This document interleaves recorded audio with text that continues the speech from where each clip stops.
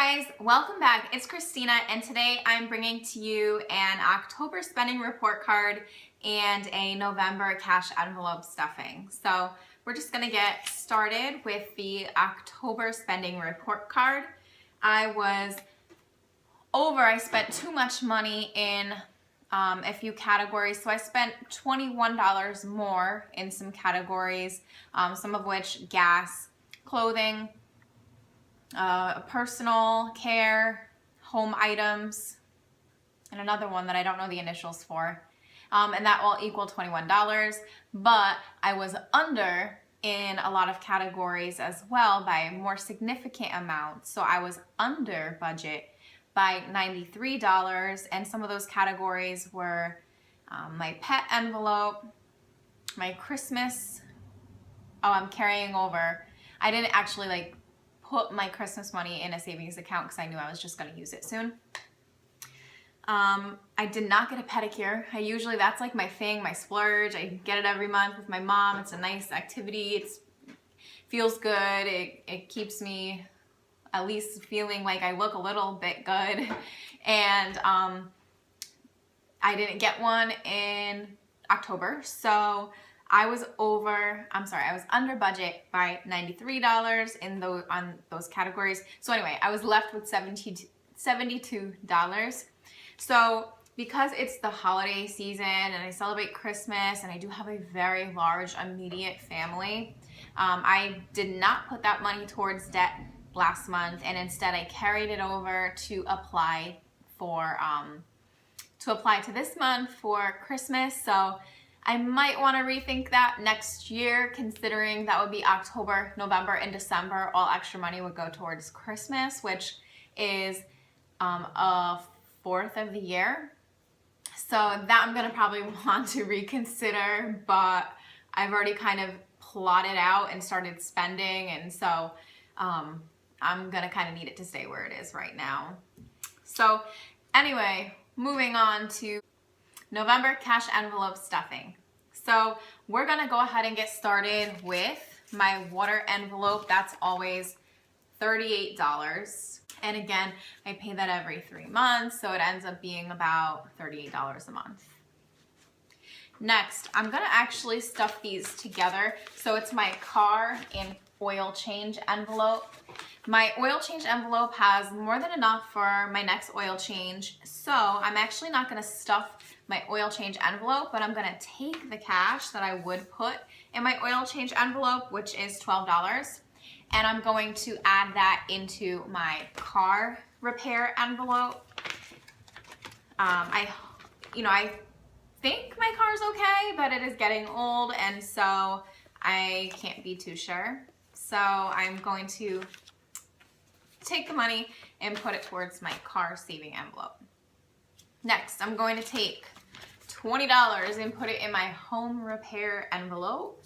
And this is going to be good for if I need to use my home warranty, my choice warranty, that will be good for, taking the deductible from here, or if anything else happens, hopefully nothing too major, but just in case I have a little bit of a cushion.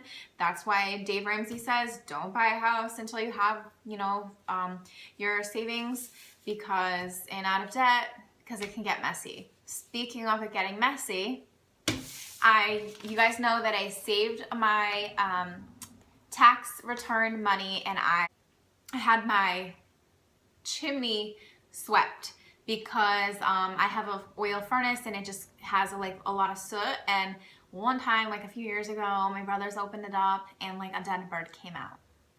So that was kind of an indicator, hey, I need to do something about that. It wasn't until this past year that I was able to save and allot some funds towards that specific thing. If I was not following Dave, I would still have a dead bird in my furnace, probably, because not my furnace, but in the flue, I think it's called, or the chimney, because who's gonna save the money for that? But with Dave Ramsey, I was very clear-sighted and I was able to do that. But anyways, speaking of them coming here, they had a recommendation going forward, and this was not the first time I heard this recommendation, so I know that it's something I really need to start planning for, and that is a chimney lining. So I just took one of my old envelopes, crossed off what was there, and just started new because we're trying to save some money.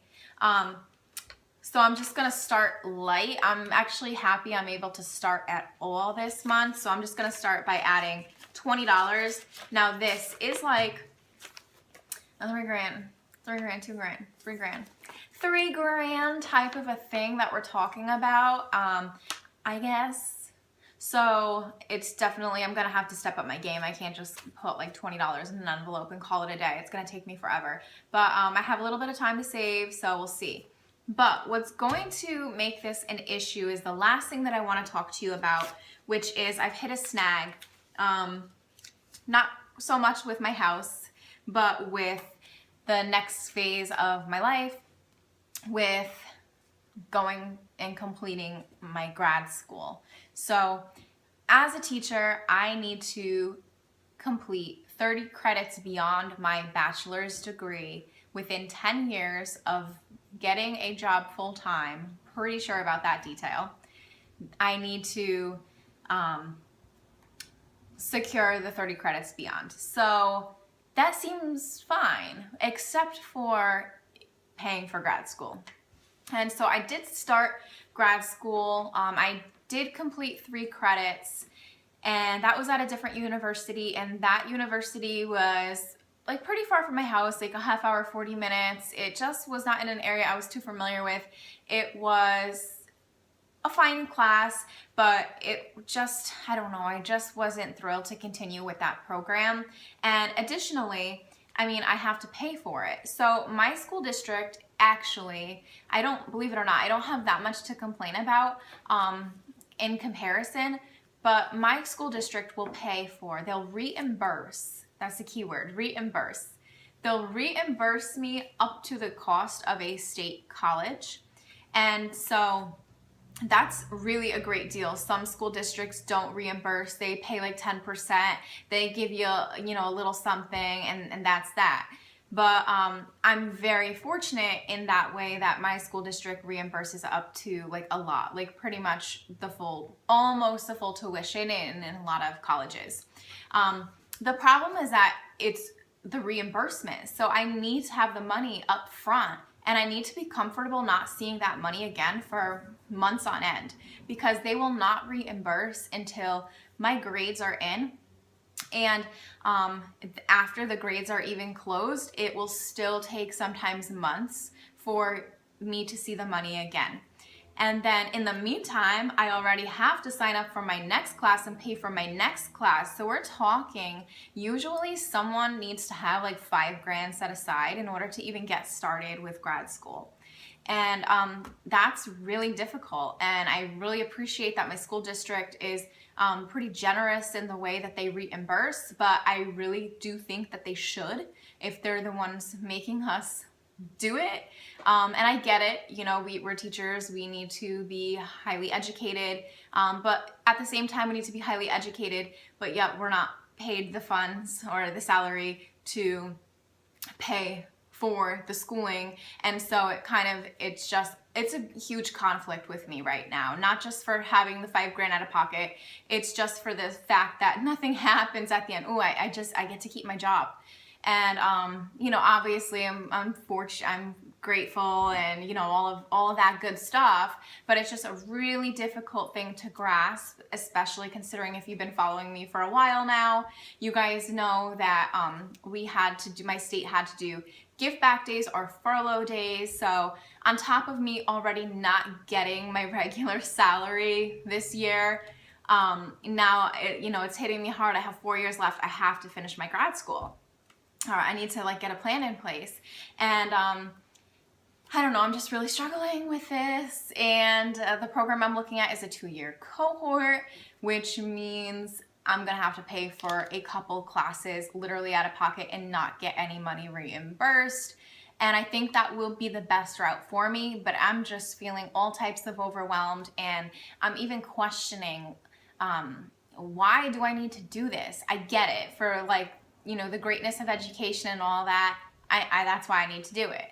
But, you know, we hold teachers to such a high standard, but yet we don't pay them the equivalent of what they know and of their schooling, and really we don't value their professionalism and their education.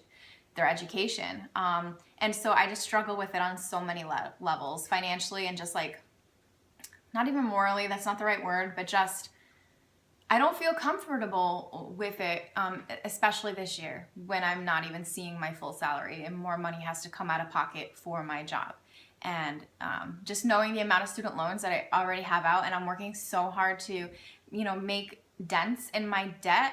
And now I'm struggling with how do I even front this to begin with. So, I've thought of a few things and I don't know which way I'm going to go because I'm on such a time restriction. And I think I'm going to just try to get through the holidays and then I'll start thinking more seriously, or I'll start actually saving and putting money aside after the new year. But some things I came up with was using my emergency fund, which obviously I don't want to do that because that doesn't even cover the whole thing for one class. So that's not really a good option. Another thing is use my tax return. Well, if I need to have 2 classes worth I don't have that with my tax return, so I don't know what I'm gonna do there. Another thing I thought of was, or people have been telling me this, oh, get another student loan, that's what it's for, or put it on a credit card. And I do still carry credit cards, and I have a credit card with 0% interest for, X amount of time, but I'm gonna be doing this for 2 years. Eventually it's gonna accrue interest, and yeah, am I gonna pay it back? Of course I'm gonna pay it back, but I still have 2 classes. I don't know, I'm just really conflicted, and obviously all of these ways I need to pay for it are not good ways. So they are not Dave Ramsey approved, but I'm just thinking out loud in a way, and I don't know what to do. So if anybody is watching and you're a teacher and you've had to do this and you have been on the Dave Ramsey plan while you were facing grad school turmoil, because that's how it feels, please leave a comment and let me know how you worked it out, because I don't know what I'm gonna do. And mind you, I'm fortunate. They're gonna pay back most of my schooling. What about these people that have to pay for it totally out of pocket? I don't know. I'm just like mad about the whole thing. So anyway, sorry for this long rant at the end of my video, but it's a struggle. It seems like I've had so much together. I have my envelopes, and I'm doing the right thing, and it's been feeling so good and falling into place, and it's been a year, and I've seen so much progress, and I'm not hopping off the bandwagon, that's for sure. But dang, I just got hit, and I'm gonna have to react, and I don't know which way I'm gonna go. So think of me and send some positive vibes my way so I can come up with a way to pay for this in order to keep my job. That would be great. So anyway, thank you guys for watching as always, and I'll see you in the next video. Bye.